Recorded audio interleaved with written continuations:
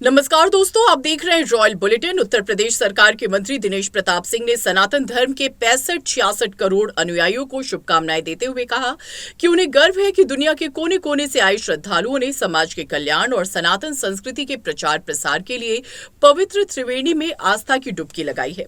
उन्होंने सभी श्रद्धालुओं का दिल से आभार व्यक्त किया और इसे भारतीय संस्कृति की अद्वितीय परंपरा बताया। मंत्री दिनेश प्रताप सिंह ने कहा कि पूरी दुनिया में फैले 65-66 करोड़ सनातन धर्म के अनुयायी जब एकत्र होकर धार्मिक अनुष्ठानों में भाग लेते हैं तो ये न केवल व्यक्तिगत बल्कि सामाजिक उत्थान का भी प्रतीक बनता है।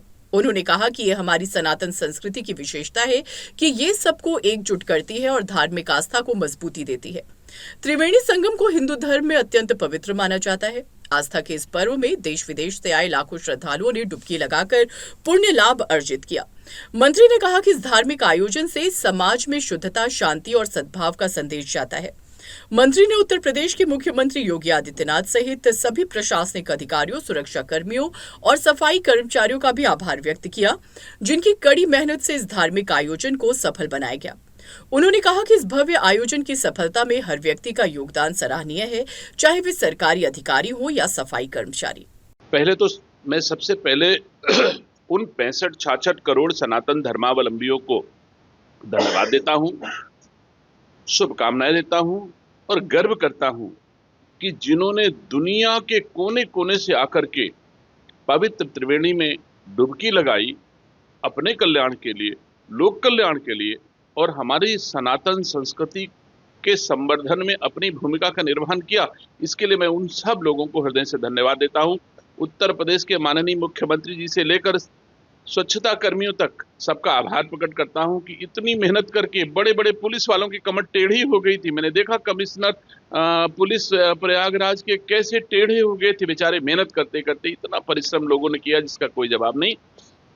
तो उन सबका धन्यवाद देता हूं। रही बात राहुल गांधी की, राहुल गांधी जी को हम कैसे हिंदू माने, कैसे हम उम्मीद करें कि गंगा में त्रिवेणी में डुबकी लगाने आएंगे, वो भी आस्था की। अगर वोट के लिए लगाना होगा तो उन्होंने वोट के लिए तो जनेऊ भी पहन लिया, वोट के लिए तिलक भी लगा लेते हैं, लेकिन हिंदू कैसे हैं ये मेरी बात समझ में नहीं आती। फिरोज कारनाती हिंदू हो सकता है, ये क्या कोई सनातन धर्म का व्यक्ति कह सकता है? क्या आप मुझे बताइए कि इटालियन सोनिया का पुत्र, अंतानिया माइनो का पुत्र क्या हिंदू हो सकता है? या खुद राहुल गांधी कहें कि मैं हिंदू हूं, और हिंदू हैं तो राम मंदिर का विरोध क्यों करते हैं? राम मंदिर के बुलावे पर भी दर्शन करने नहीं गए, महाकुंभ में स्नान करने भी नहीं गए। सुप्रीम कोर्ट में कहते हैं ये राम सेतु काल्पनिक है। कोर्ट में जाकर के राम के खिलाफ, राम मंदिर के खिलाफ, राम सेतु के खिलाफ जो दल सुप्रीम कोर्ट गया हो, हम उसे कैसे उम्मीद कर सकते हैं कि सनातन धर्मावलंबी है अथवा हिंदू है? तो मैं नहीं समझता, ये फसली हिंदू हैं, नकली गांधी हैं। इनको कुछ नहीं, हिंदुत्व से कोई लेना देना नहीं, केवल वोट के बारे में जानते हैं। आप मुझे बताओ गांधी कहां से आया? सब कोई जानता है गांधी नहीं है, सब कोई जानता है हिंदू नहीं है। और वोट के लिए अभी एक पीढ़ी को और इन्होंने कहना नहीं चाहिए, लेकिन वोट के लिए कैसे कैसे नाम रखे प्रियंका गांधी ने अपने बच्चों को। रेहान बाड्रा अभी वोट लेंगे और एक पीढ़ी और सनातन धर्म का विरोध करेंगे। मारिया, बिटिया का नाम रखती मारिया।